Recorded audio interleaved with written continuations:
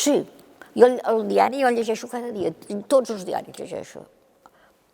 El català, el País, l'Ara, vaig a la biblioteca i els llegeixo tots, sense pagar. El teatre, jo tinc un problema amb el teatre, que com que justament el teatre, gràcies a Déu, el farà a 8:45, dels dissabtes jo tinc de venir a missa, o bé deixo la missa o bé vaig a teatre, cada diumenge vaig al cine. Aquí a Castellà, Déu-n'hi-do, de les pel·lícules que fan. La llàstima és a l'estiu, 3 o 4 mesos sense cine, sense res. Jo trobo que el teatre podien començar a les 9, quarts de... Per què fan tant d'hora? La pregunta és aquesta. Per què no el fan a 9:45?